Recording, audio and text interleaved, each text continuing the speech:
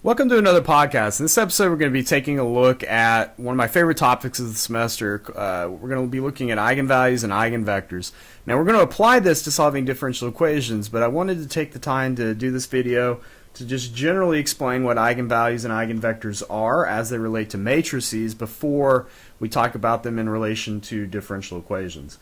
So, here's sort of the backstory for this and why these are special. It turns out that when you have a matrix A, so let's suppose A is an n by n matrix, then this corresponds to something called a linear transformation. That's what this thing accomplishes if it's a constant coefficient matrix, which means that it changes the relationships of things in a linear fashion. Now, it can rotate things, it can scale things, it can change things, but pretty much it just whatever direction you were heading in before, you usually wind up heading in a different direction once the matrix is applied. And so let's think about the action of the matrix A on a vector V. So this is a linear transformation applied to V, and it turns out that almost always the vector that results from this, so almost always V changes direction.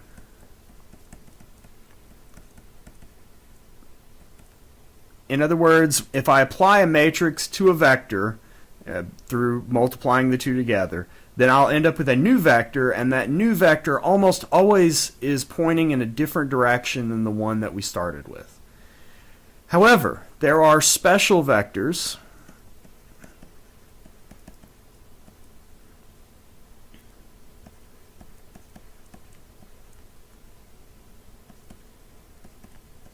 that do not change.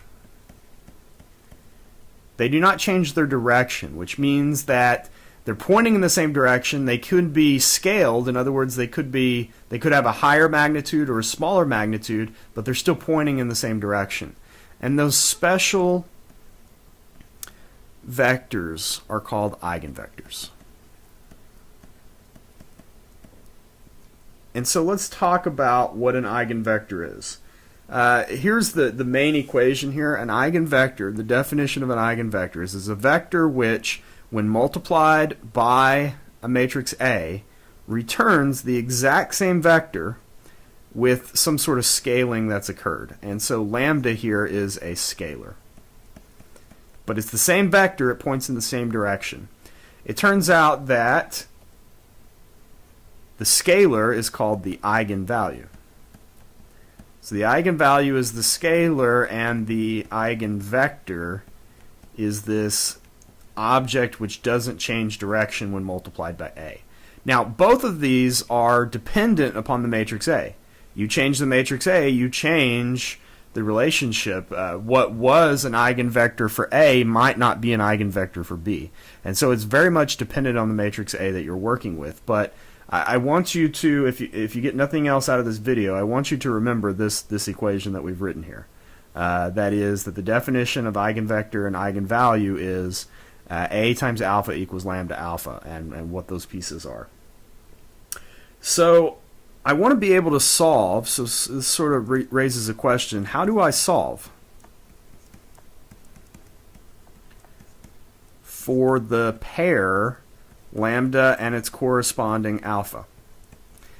Well, the easiest way to describe this is through the manipulation of the equation above. So if I take the equation above, I have A alpha equals lambda alpha. So if I subtract lambda alpha over, then we have this equation. And if I factor alpha out, now you have to be careful here. Alpha is multiplied on the right, so I have to factor it out on the right. You can't change the order of multiplication. Matrix multiplication is not commutative, which means A times B is not the same as B times A. So if I factor alpha out, I have to factor it out on the right side. So I'm going to go ahead and do that. But I've got to make things match up. When I factored it out, it doesn't just leave the scalar, it leaves the scalar multiplied by the identity matrix. Identity matrix acts like 1 for multiplication involving matrices. So this is what I have, is now I have this equation. So how do I solve that equation? Well, I think the best thing for us to do is look at a small example here. So I'm going to let A be just this generic 2 by 2 matrix. So A, B, C, D. And then I want to take a look at what this thing is on the left-hand side. What is A minus lambda I? So A minus lambda I is the matrix which has the diagonal elements subtracting lambda from each of those. Hopefully that makes sense, because I is, remember, I is 1, 0, 0, 1. So if I multiply that by lambda, I've got lambda in both those diagonals, and then if I subtract it from A, it subtracts the lambda from the diagonals in A. So this is A minus lambda I. And I want to solve this equation. So this is an equation. And it turns out that in order to be able to solve this equation, you can see here that, alpha equals 0 is always, well, I should write it as a vector since it is.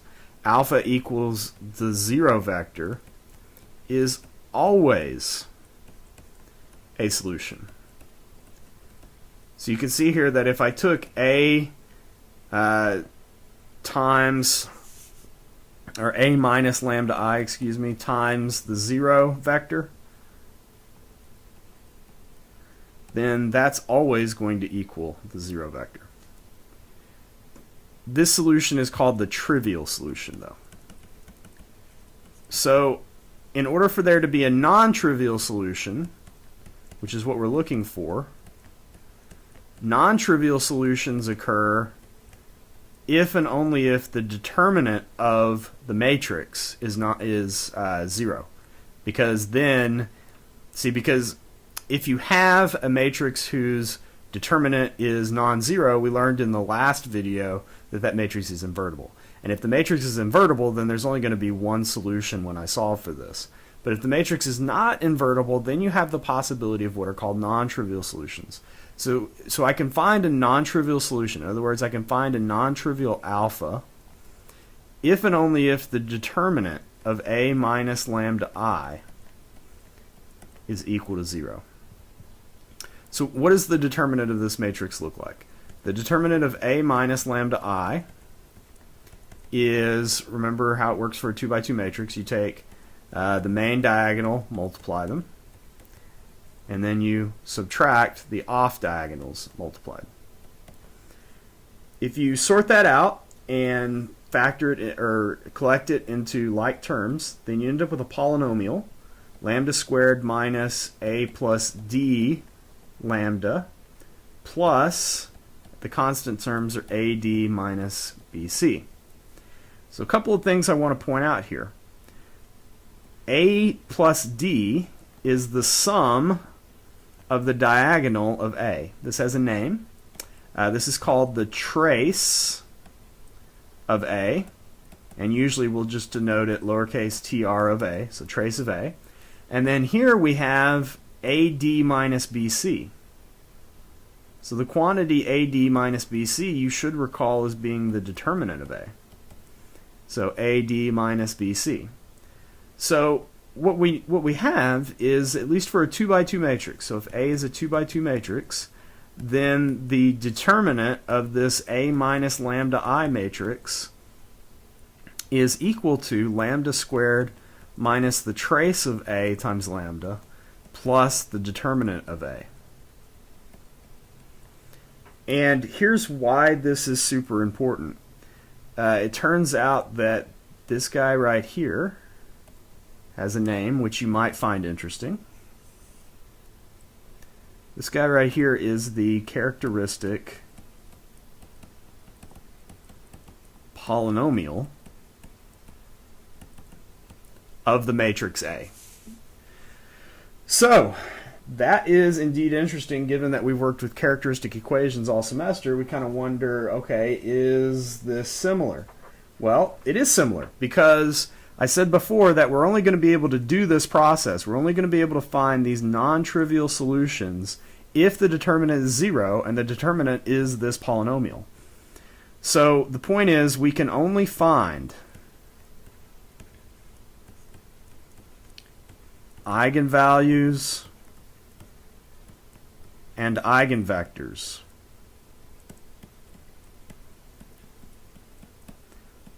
when the polynomial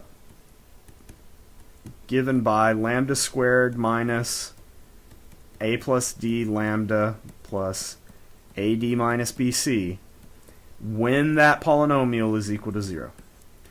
And the lambda that we solve for, so the lambdas are the roots, and those are the eigenvalues. Which means that there's going to be cases, once again. There's going to be the repeated roots, complex roots, the same sort of thing that we went through earlier in the semester, but just from a different perspective this time. So the eigenvalues will have all those different properties. All right, so I think maybe the best thing to do at this point is just to show you an example of this, and then we'll address it more later down the road when we have applications to differential equations ready to go. So this is not the last time you're going to see me do this, but I think it would be good for us to look at just an example of this process with numbers. So I want to look at the matrix A, and we're going to keep it small for now, although I could do this pretty easily with a 3x3 as well, as long as I'm able to find a determinant. So it becomes hard for 4x4s because finding the determinant of a 4x4 is a pretty arduous task. So here's our matrix A, and let me just go ahead and form the matrix A minus lambda I as well, since that's the key matrix to look at here. So it's 1 minus lambda, 2 to 4 minus lambda.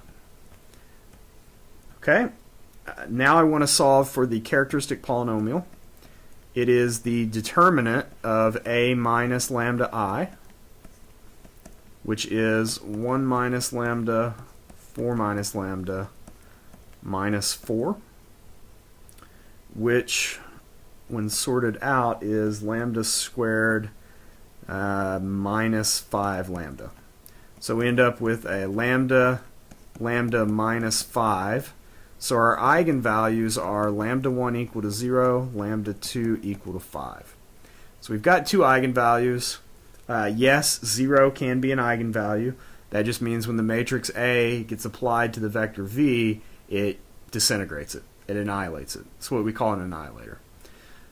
All right. Basically, then we're going to break this up into cases. So case 1 is, okay, let's suppose that we have lambda 1 equal to 0. Well, if we have lambda 1 equal to 0, then our basic formula here is that if we want to solve for the eigenvector, we were looking at A minus 0I times the eigenvector had to be equal to the 0 vector. Okay, so that suggests that I should plug in the eigenvalue lambda 1 into this equation. So if I make lambda equal to 0, what does this say? This says I get back the original matrix A,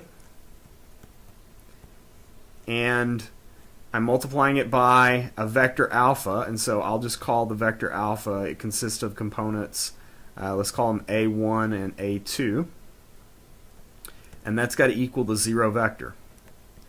So the question is, can I solve for A1 and A2?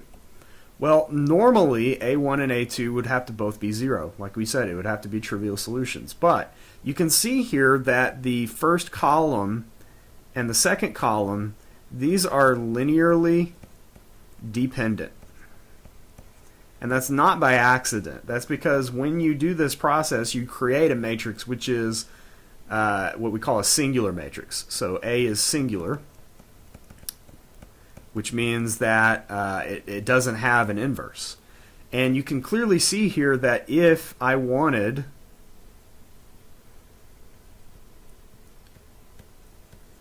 to find values of A1 and A2 that make this work, then I could easily say, let's let A1 be 2, and let's let A2 be negative 1.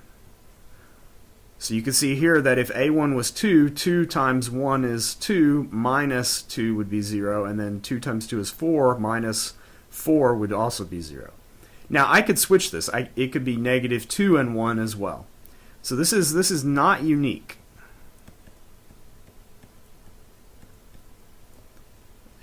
You're going to have to wrestle with that a little bit, but finding the eigenvector is not unique. I have found an eigenvector. Now, all other eigenvectors you would find would be constant multiples of this one.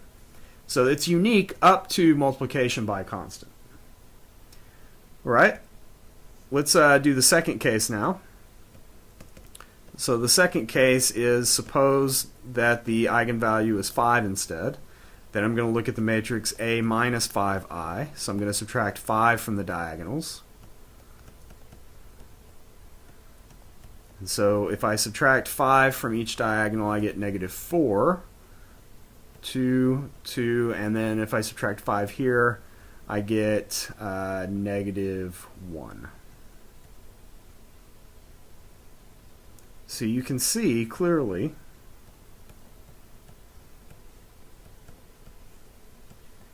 that this matrix is singular also. If I take negative 2, so if this is column 1 and this is column 2, then you can clearly see that negative 2 times column 2 is equal to column 1. So this is linearly dependent again. Once again, that's by design. We wouldn't be able to come up with any solution other than 0, 0 if this weren't true.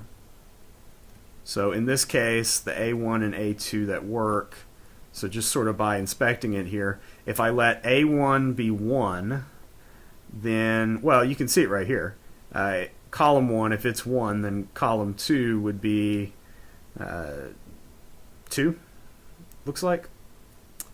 So let's see here, 1 and then 2, yeah.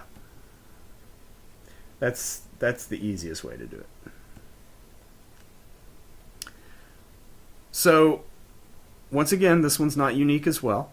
And together, these two eigenvectors form what's called the eigenspace. So we have the eigenspace here consisting of the set of vectors 2, negative 1, and 1, 2, corresponding to eigenvalues of 0 and 5. So this is a description of how to find the eigenvalues and eigenvectors for a given matrix. It's one of these topics that is incredibly important in linear mathematics, so linear algebra, differential equations, where you're dealing with linear equations, etc. It basically gives us lots of great methods for solving these things, as you're going to see here in the next week or so. All right, thank you for watching.